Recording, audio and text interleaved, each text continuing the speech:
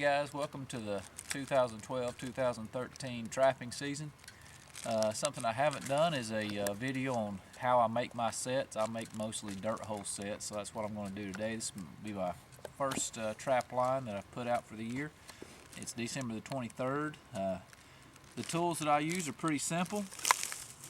I've made this T-bar that I actually use to make my dirt holes. It's just a solid piece of iron.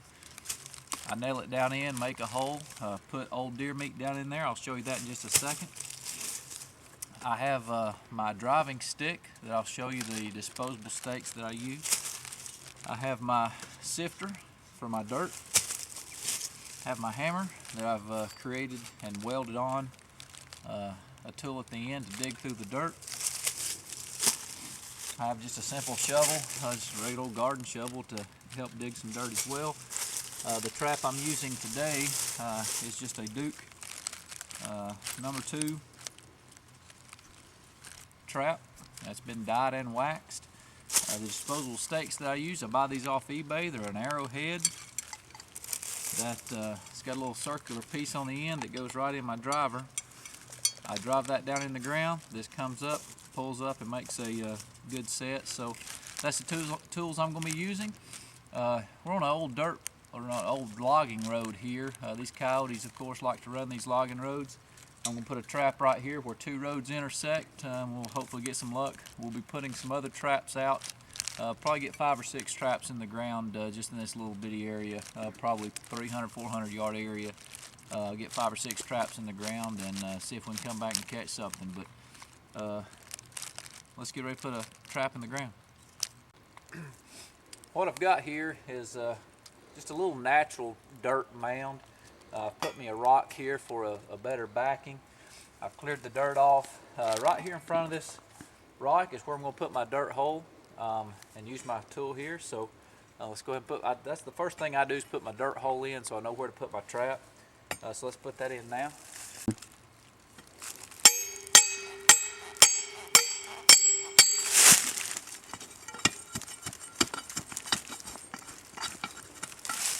And that's about how deep I make the dirt hole. And I'll put some deer meat down in there along with some skunk essence. Get it pretty deep so the coyote has to really dig to get down in there. So now let's put our trap bed in there. Alright guys, use the back of this hammer to loosen this dirt up. And that's going to be the dirt I'm going to sift. I'm kind of lucky. We got a lot of red clay soil, rocky soil, but right here in this particular area, this is really good dirt. So very easy to dig up. I make a big area dug up so that the coyote, if it puts its foot down, it doesn't necessarily have a different type of dirt. All the dirt around the area is the same. So I loosen all this dirt up to make a really good bed for my trap, which I'm going to look for right now and go ahead and dig my, or bury my stake. Alright guys, here's the stake I was talking about. It's just a cable with an arrowhead on the end of it. It goes right in the end of my stake. I'm going to put that over here on the side, away from where my trap's going to go. My trap bed will be in this area. I'm going to put this on the other side and just nail it down.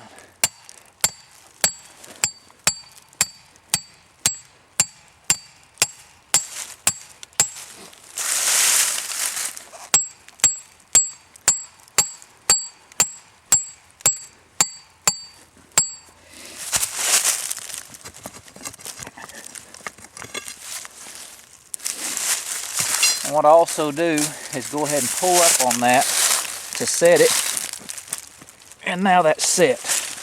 I can promise you nothing will pull that out of the ground. I do have a stake puller that I pull. I've used this, as you can see, numerous times. I've never had one break, and I continue to use them over and over again. Like I said, I get those on eBay for about $20 for a dozen.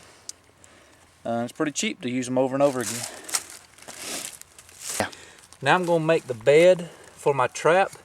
My dirt hole's here. I'm going to offset my trap just a little bit. I don't think it matters just a whole lot. once a coyote gets in here and starts really working this set, they're going to step on that regardless, in my opinion, where it's set at. Alright, so I had to do some adjustments on my trap. I've waxed them and dyed them, but I went to set it and my pan wasn't level or anything. So now we should be good to go. So let's go ahead and see if we can set this thing now. See if we can get it good and level. That's better. That's much better. Whoop. Too close. I don't have these night latched, so that would be a nice addition if I could ever do that. So here we are. That pan is now about as level as it can get. So let's bed this trap. Now once again, you've got to get this trap bedded to where if that coyote puts its foot anywhere on that trap, that it doesn't move. See how that moves right now? If that coyote puts its foot on there and that trap moves, it's over with. It will dig that trap up in a second. So you've got to really get this thing to where it doesn't move at all.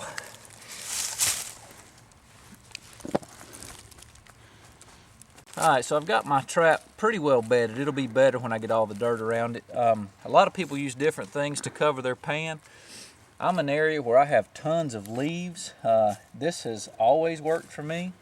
Literally, I take a leaf and just put it right over my pan before I sift dirt on it.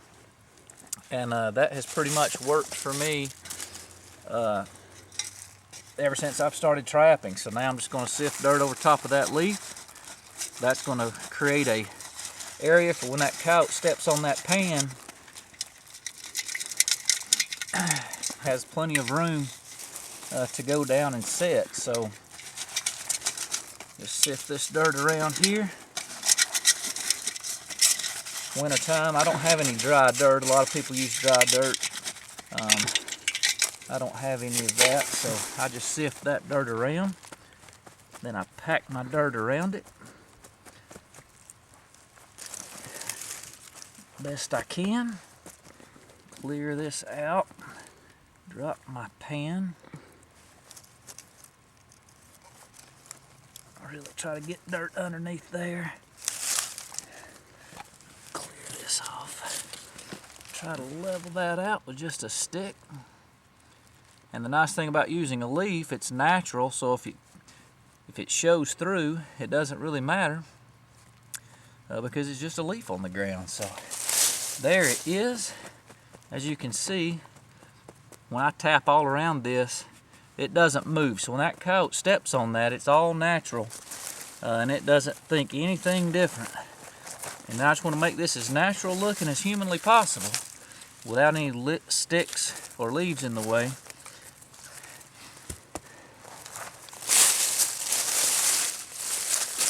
And now when that coyote comes through, that is going to be perfect. Now, a couple other things you want to do, take some sticks or some rocks. You want that coyote to put its foot right there. So it doesn't take a whole lot. Just put a stick or a rock here so that it won't put its foot there. I'll take an old stick, maybe set this way just to guide it. And that coyote's going to come through here. It's going to want to look straight down in that hole. And it's going to put its foot right here as it's digging. And we're going to catch that coyote right here off of that set. Alright guys, what I have here is Fox Hollow's GH2. This is some of the strongest smelling stuff I've ever smelt. If there's a coyote comes within 200 yards of this place, it's going to smell this and come on down here. The other thing I'm using, this is deer meat that from a buck I killed last December, so it's a year old, too old really to eat anymore. So I saved these and I use that for bait. So I'm gonna put that down in my hole, followed by my GH2. Then I use red fox urine to put on the backing just for some added scent to try to get the coyotes in. Alright guys, this is deer meat. It's still frozen, doesn't really matter. Just going to drop that down in there. And as you can see, it goes way down in there. So the only way to get to that is for that coyote to really work this set.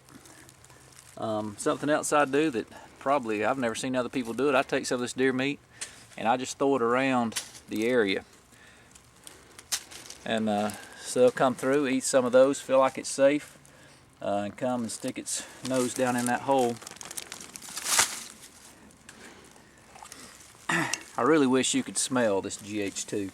The other thing I do, as you've probably seen with everybody else, you just take a small stick. If I can break it off. And it doesn't take much of this GH2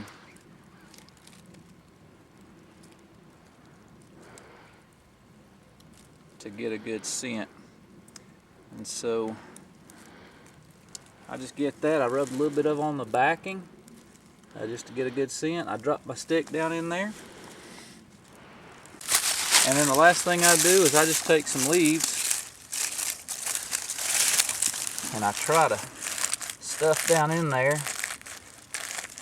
And what that does, it makes the coyote dig,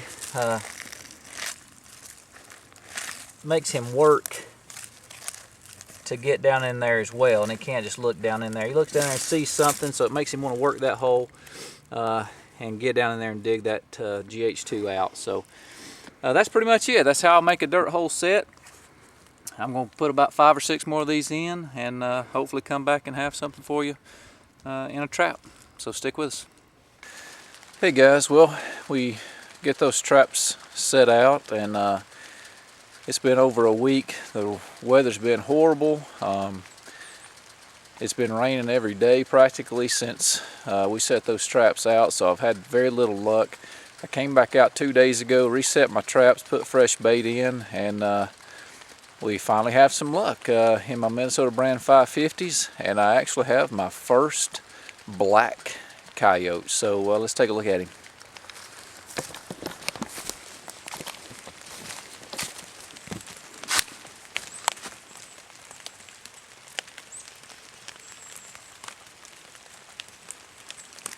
That is my first black coyote. I don't have any trail cam pictures of a black coyote at all.